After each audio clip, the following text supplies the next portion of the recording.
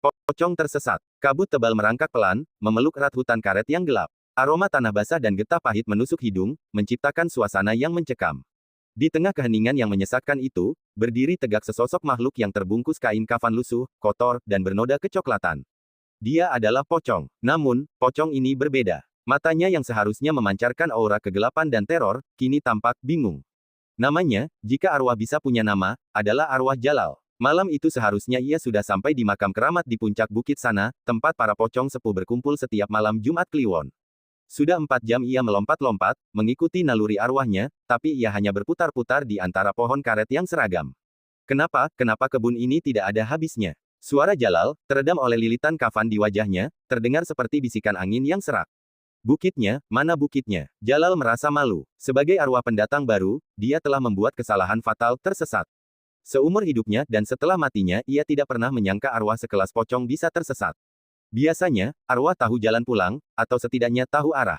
Tapi hutan karet yang ditanam manusia dengan pola teratur ini, dengan kabut yang seolah sengaja menutup pandangan, benar-benar menjadi labirin tanpa ujung baginya. Tiba-tiba, ia mendengar suara. Bukan suara angin, tapi suara langkah kaki. Dek, Jalal, sang hantu yang ditakuti, kini yang merasa ketakutan. Makhluk hidup, manusia, sial, bisiknya. Ia harus bersembunyi. Kode etik hantu menetapkan, jangan menampakkan diri jika tidak ingin menakuti, dan jangan sampai ketahuan jika sedang bingung atau tersesat. Jalal melompat perlahan ke balik sebatang pohon karet besar, memosisikan diri agar menyatu dengan kegelapan. Langkah kaki itu semakin dekat. Kemudian, muncullah seorang lelaki tua dengan topi caping dan sebilah parang di tangan. Dia adalah Pak Min, penjaga kebun yang tengah berpatroli malam. Pak Min bersenandung kecil, tidak menyadari kehadiran tamu tak diundang itu.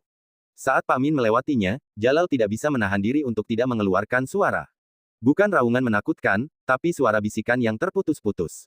Pak tua. Pak Min langsung berhenti. Sesenandungannya terhenti di tengah jalan. Ia menoleh perlahan ke sumber suara. Matanya yang tua menyapu sekeliling, tapi kabut dan kegelapan membuatnya tidak bisa melihat apa-apa. Siapa di situ? Tanya Pak Min, suaranya sedikit bergetar, namun parang di tangannya terangkat siaga.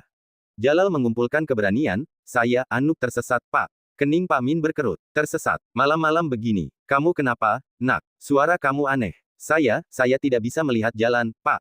Kabutnya tebal sekali. Bukit itu, di mana bukit itu, Pak? Pak Min tertawa kecil, tawa yang sedikit dipaksakan. Bukit apa, Nak? Bukit yang ada makam keramatnya itu. Ah, kamu pasti anak pendatang. Kamu salah jalan jauh sekali. Makam itu di balik 2 bukit lagi. Jalanan ke sana harus lewat kampung, bukan kebun ini.